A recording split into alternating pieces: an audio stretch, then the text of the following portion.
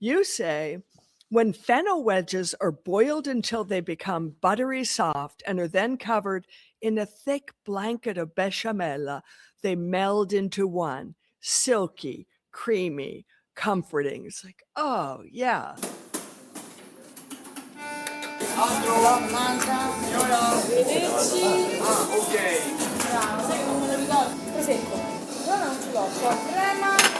I'm Wendy Holloway, and this is Flavor of Italy, sharing the very best of Italian food and wine, lifestyle, and culture. Good morning. This is Wendy Holloway with Flavor of Italy, and I am recording now with the amazing cookbook author Giulia Scarpaleggia. And just as a little bit of a preamble, we're recording this as an audio podcast episode, but then shortly thereafter, it will go out on YouTube. And what I've been doing with these interviews on YouTube, where there's a cookbook author like Giulia, it's interspersed with lots of photographs from the cookbook, which really makes it quite lovely and enjoyable. So subscribe to both the audio and the video podcast on YouTube, and leave a nice comment and share it with friends. And Giulia and I are both on Substack and do a lot of writing there. And then Giulia, of course, has her own things going. She does cooking classes. But let's just backtrack. I interviewed Giulia for her last cookbook, Cucina Povera, which is another wonderful book about, that's kind of like poor man's cooking, just basic cooking. It's wonderful. And it's such a quintessential part of what Italians do best. Now, Giulia lives in Tuscany, and she's Tuscan born and bred, home cook, food writer, and the cooking class teacher.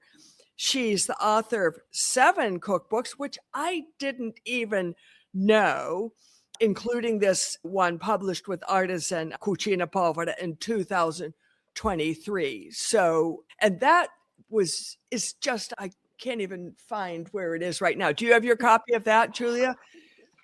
Somewhere. Let me get it. She's going to get a copy of that. And while she does that, I'm just going to tell you that Giulia has also an amazing blog. Oh, here, yeah, the Cucina Povera. It's beautiful, wonderful, amazing recipes. And so Giulia has a blog, Jul's Kitchen, and it was named the best food culture blog by Saveur in 2019, which is really quite an accomplishment.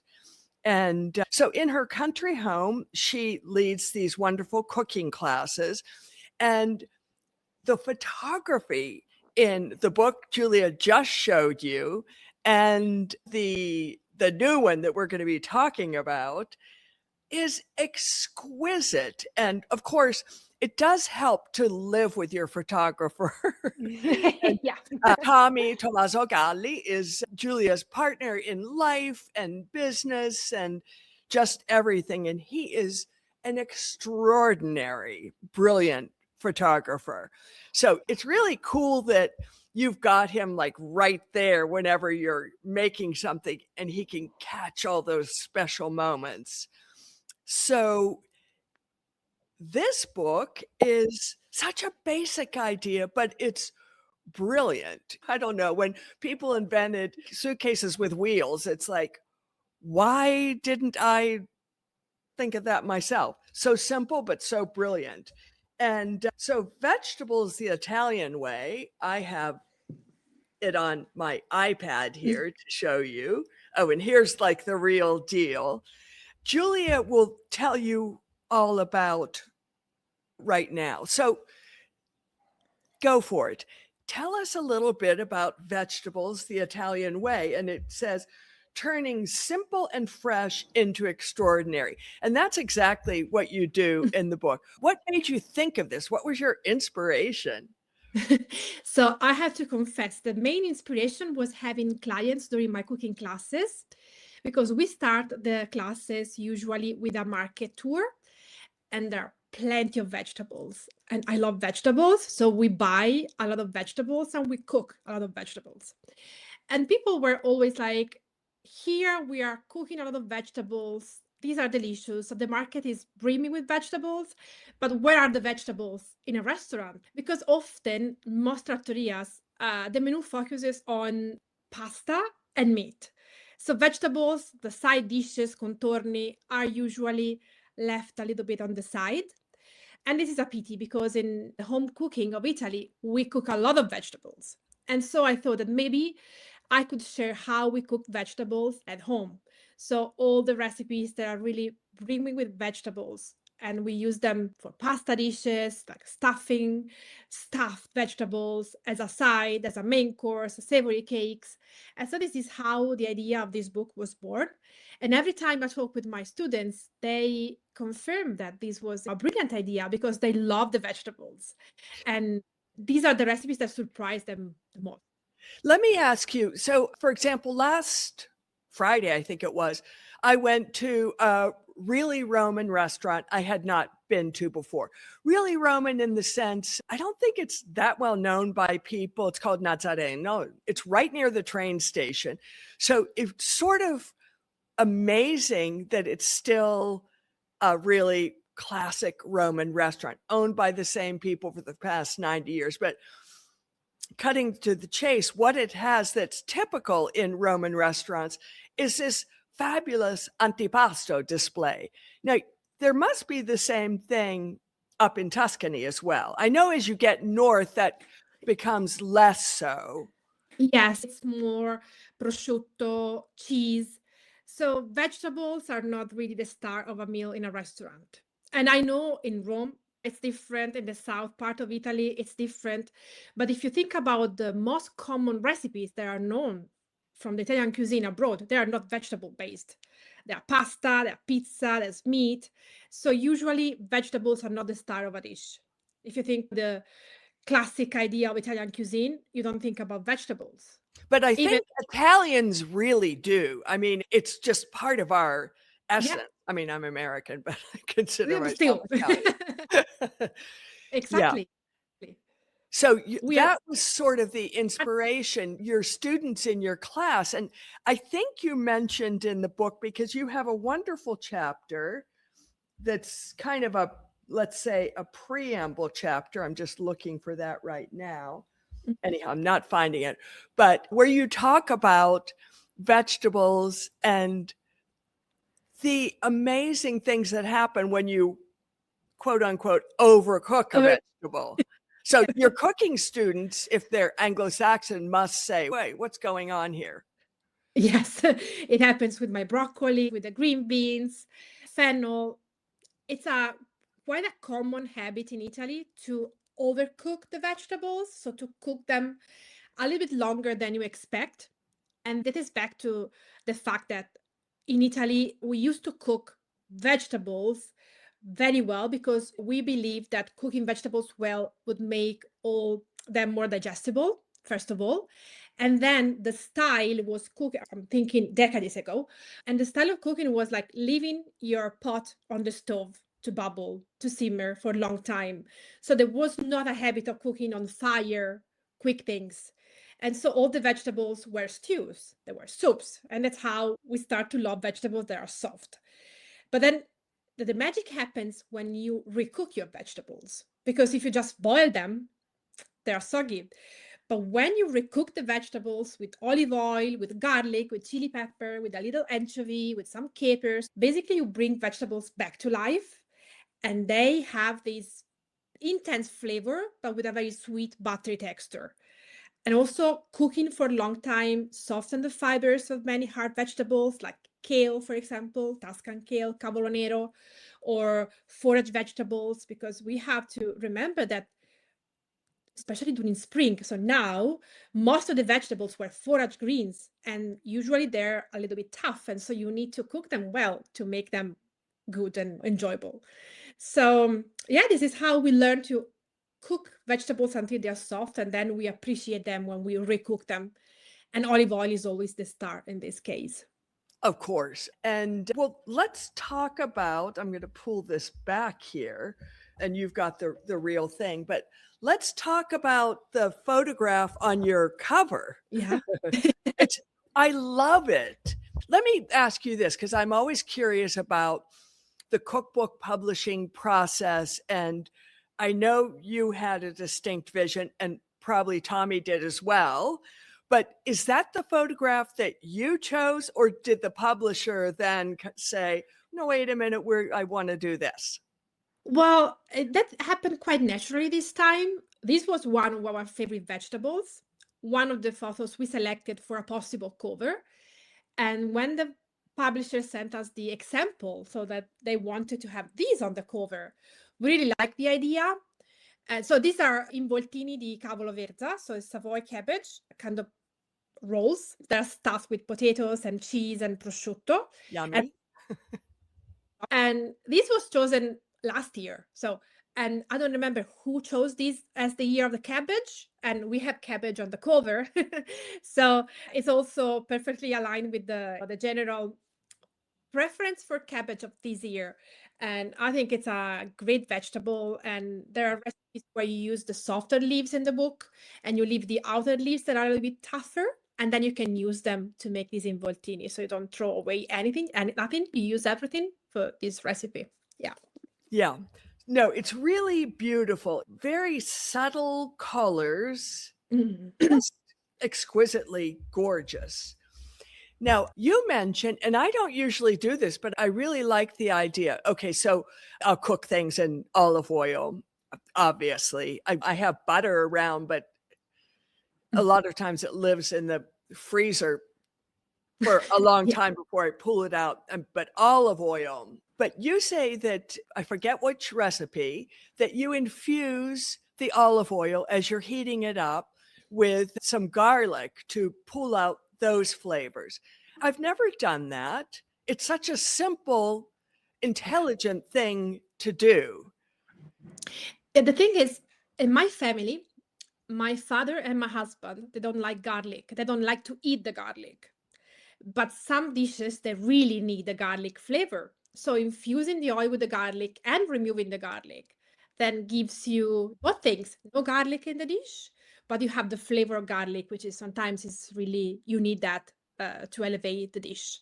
So it's a smart technique. Yeah, very smart idea. Actually, my son-in-law and his family are not big on garlic, but wow, what a great way, because Yeah. a lot of the things that we use in Italian recipes, they're in, but they aren't the hero ingredient, but they do things to a recipe. Like I'm a big lover of anchovies, but Yes, me too. and a lot of people in cooking classes will say, "Oh, I don't like anchovies."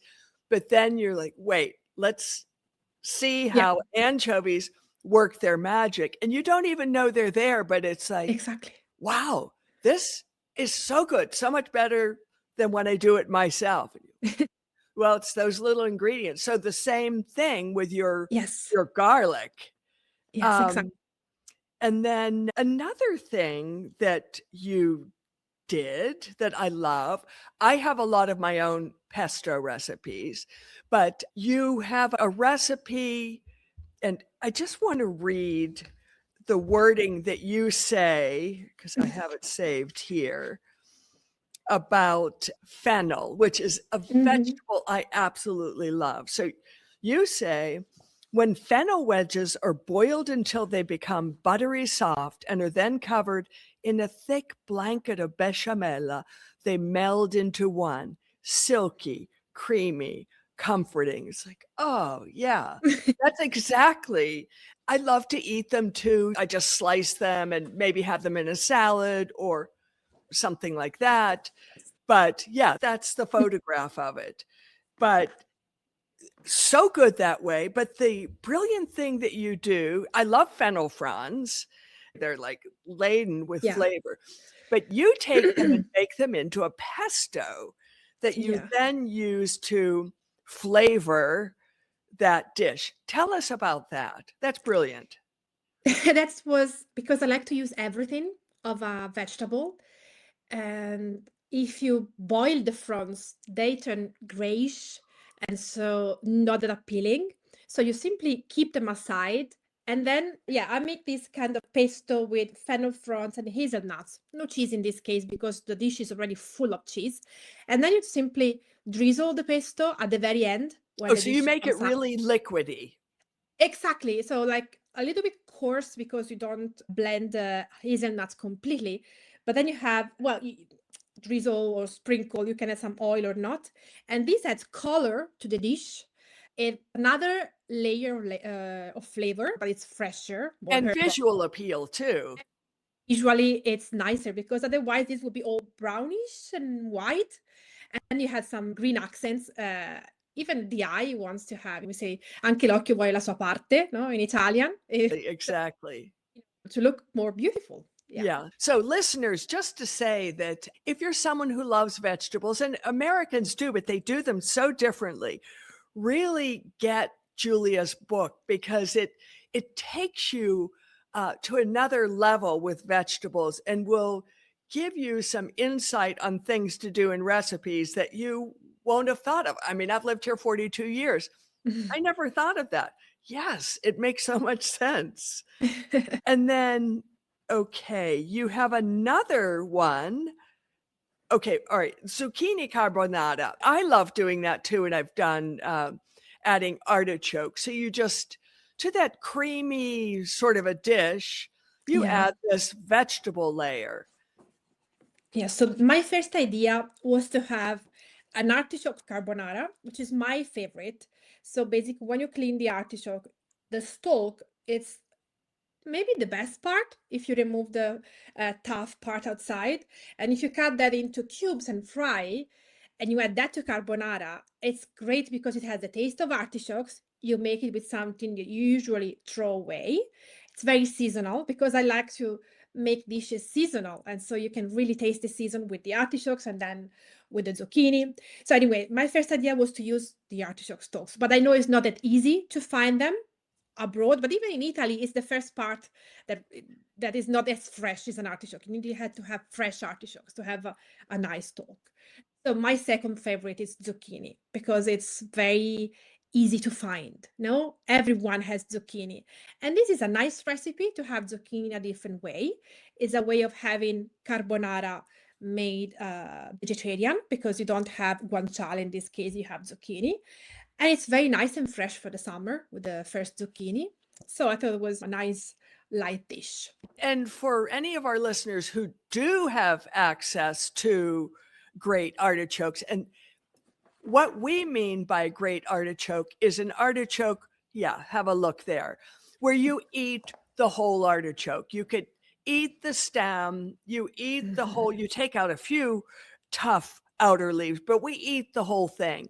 So if you are so lucky as to have something like that, then you can make Julia's dish with that. Otherwise, the zucchini's a great Yeah. alternative. So yeah, I definitely love that. Then I'm looking at different ones that I really loved. So And can I then mention one of my favorite? We were speaking of carbonara. I, This I is can't believe you picked that up. I was just going to ask you about your pasta, roasted carrots, guanciale, and pecorino. I love that. Tell us. So yeah, the story of this dish. There's a restaurant in Siena that I like, Osteria 420, and they have this carrot and guanciale and pecorino pasta dish that I love. And I tried to reproduce the recipe. It came out differently, so it was not their dish eventually. But this was very similar to a carbonara. So in this case, you don't have the eggs. You roast the carrots with some garlic with the peel on in this case. So you roast the garlic as well. And then you blend the carrots and squeeze out the roasted garlic and you blend it as well with some pasta cooking water. And you get this very creamy, velvety orange dressing for pasta. And then separately, you fry the guanciale as you would do for a carbonara, so in a dry pan. So you just heat the guanciale until it becomes crisp and it releases all the delicious fat. And then you have some pecorino. And then you mix everything together and you have something which is very similar to a carbonara. I didn't want to call this carbonara because there's no eggs and I didn't want No, because yeah, people and would some go crazy. egg. It's yeah, I mean, you could probably say, I don't know if you say it in your recipe, like carbonara consistency, but yeah. Exactly. And Whereas your other one with the zucchini is a carbonara with just an additional ingredient. Yeah. exactly. So I didn't want to offend anyone. So I have a friend, she's allergic to eggs. And I made this dish for her. And she was in tears because she said, it's the first time I'm eating something so close to carbonara, but without the eggs. And I really love the idea of having a dish where carrots were the main ingredients, because usually carrots are one of the side ingredients in a soffritto, in a soup, but they never act as the star of a dish. And I really wanted to have a dish where carrots were the star. And so this is how this dish came out. And it's one of my favorite of the whole book. It's wonderful. That's so funny that you jumped on that the same time I was. Now, the other thing is it's a beautiful photograph, and look at that. And I love that you have that gorgeous gold sweater with it. That's fantastic. Now, for some reason, my family's not crazy about pecorino, and it's such a umami-rich ingredient, but that could just as easily be made with grated Parmesan. So this pasta roasted carrots with guanciale and pecorino is a wonderful recipe. And then I love your risotto recipe using chestnuts, and they're a real bear to deal with, but you can get them vacuum packed in the States and already cooked. And honestly, Yeah. I do that a lot. Yeah. Me too. They're perfect. You see, you open the bag and you crumble them in the dish, and they are moist, so they melt into whatever you are making. And they have this very creamy, sweet texture. It works very well in a risotto. Exactly. All right. Then another one, I don't know if you can find the recipe right away photographically, is your fried green tomatoes with grapes. That's Yes. the really cool thing. I love the way your recipes sometimes marry together. Yeah, you see that? It's hard to Yeah. imagine, but trust me, the recipe in the book is just gorgeous. But that sweet touch is wonderful. How did that recipe come about? I learned this recipe at the market. So speaking with some producers, and they explained me that at the end of summer, farmers they find themselves with plenty of green tomatoes when it's like too late to have warm, long, sunny days to ripen them. And it's the same moment when you have grapes, because this is for maybe a couple of weeks, green tomatoes and grapes are together at the market. And so this was a very simple cucina povera dish made by farmers that they found themselves with grapes and green tomatoes.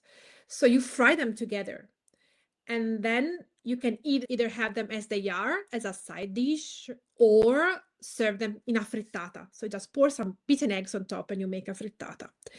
What I love about this dish is that it doesn't taste like it's Italian, I would say, because you have the sweet of the grapes, and the green tomatoes are a little bit tart. And then you have the aroma of basil, and then garlic, and a little bit of chili pepper. So it's very fresh, very unusual. Maybe it's unusual for me as an Italian. Italians like this kind of Yeah. thing, actually, and they do make it. I mean, Oh, yes. you learned it at the market. So, Yeah, but the combination of flavors reminds me a little bit of like, I don't know, it's unique. The combination of tomatoes and grapes, it's unique. And then here you really need a garlic. Maybe it's unique because I don't use all this garlic in my own cooking. And you need the chili pepper because they really balance the dish. And it's impossible to stop eating this dish. If you have a big pan of this and some fresh bread, you're set because oh it's no, as soon as I saw that recipe, that, yeah, that's going to yeah. go on my hit list of things to make. It's great. And I think you're like me. So when you go places, you get a flavor profile that Mhm. resonates. Sometimes places, markets, restaurants, whatever, will share it with you. And other times you just have to remember the flavor Yeah, profile and recreate it. I mean, I had exactly. that happen on one of the islands down near Capri with an eggplant recipe that I really love, and they won't share the recipe. You will use your own ingredients, your sensibility as a chef, as a cook. Your kitchen is different, so it will never be the same. It will be your Yeah. own of the recipe. But I really think, I mean, this is what we do, sharing recipes. So it's generous, it's part of who we are. And so I always appreciate when someone shares a recipe. Yeah. Yeah. Then you do, in a couple cases, you'll make a recipe and then in one case, the phyllo pockets with caponata. In another case, okay, we're talking about eggplants again. Here's your grilled eggplant rolls. So you make the one ingredient, but then you put it together in a different way. I love the phyllo pocket with the caponata. That's a great idea. Yeah, I mean, that's not very Italian, but we are in Sicily and we have a lot of influences. So I thought that that would anyway respect the spirit of the Sicilian cuisine, which has all these influences coming from the Mediterranean. And I have to confess, I use phyllo paste a lot because it's so smart and you can keep that in the fridge and then stuff with whatever you want and make the pockets, make cakes, Yeah. tarts, and caponata works great there. And it's a great thing because you can also double the amount of caponata, have some today or the day after is always better as a side dish or as an appetizer, and then save some for your pockets. This is a principle I try to apply in many recipes. Maybe make some more of what you're doing, prepare some grilled eggplants, prepare some caponata, boil some vegetables, keep them in the fridge, and then you can use them in different recipes throughout the week. It's a way of saving time when you cook and having something ready for great weeknight meals, choosing from your fridge ingredients that are already there waiting for you. Yeah. Yeah. So you have about how many recipes are in your book, Giulia? 75, Okay, 78. about 75. And the book is available everywhere. Yes, from the 14th of April. Yeah. Yeah, so it's upcoming. So if you're doing online, do a pre-order, go to your favorite bookstore and say, I want this book. Just get Yes. it bookmarked, pardon the pun. Yeah, this is just the proof that really Italian food and Italian cookbooks still remain in the forefront of what people love because Italians, I think almost all Italians, they think about food all the time. They're even your basic home cook who's going shopping.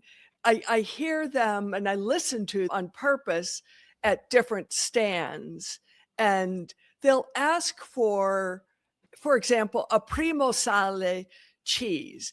I mean, that indicates an understanding of the cheese making process Mhm. that a lot of foreigners don't have. And so when you get Giulia's book, think about the recipes and try to ingrain them into the way you cook rather than just following and not thinking Yeah. them through, because then it becomes part of your repertoire. And what could be more beautiful than this and these recipes? One final question. What's your favorite recipe? Yeah, maybe it's I have to think about this. Maybe it's the carrot pasta, the carrot sauce pasta, because it's so unique. But even the fried green tomatoes, I would love to say if people cannot see the photo, these are simply coated with flour. So when you fry them, they're not crisp on the outside. They don't have breadcrumbs. So they melt in your mouth, again, the texture. Yeah, I would say the carrot sauce pasta. It's Okay, one of my we're favorites. definitely on the same page with that. Well, everyone, you can find Giulia on Instagram and her website and Substack as well. If Yes. you are on any of those platforms, I'll include them in the links in the show Thank notes with a lot of beautiful photographs that accompany the blog post that goes with this episode. So make sure you see the YouTube so you can get the whole visual and see Giulia chatting with all of her wonderful cookbooks behind her. And yeah, get this book, everyone. Thank you so much, Giulia. This is Thank you. great. Thanks. Thanks. This has been Flavor of Italy. Find us on www.flavorofitaly.com and on Substack, YouTube, Instagram, LinkedIn, and Facebook, always as Flavor of Italy.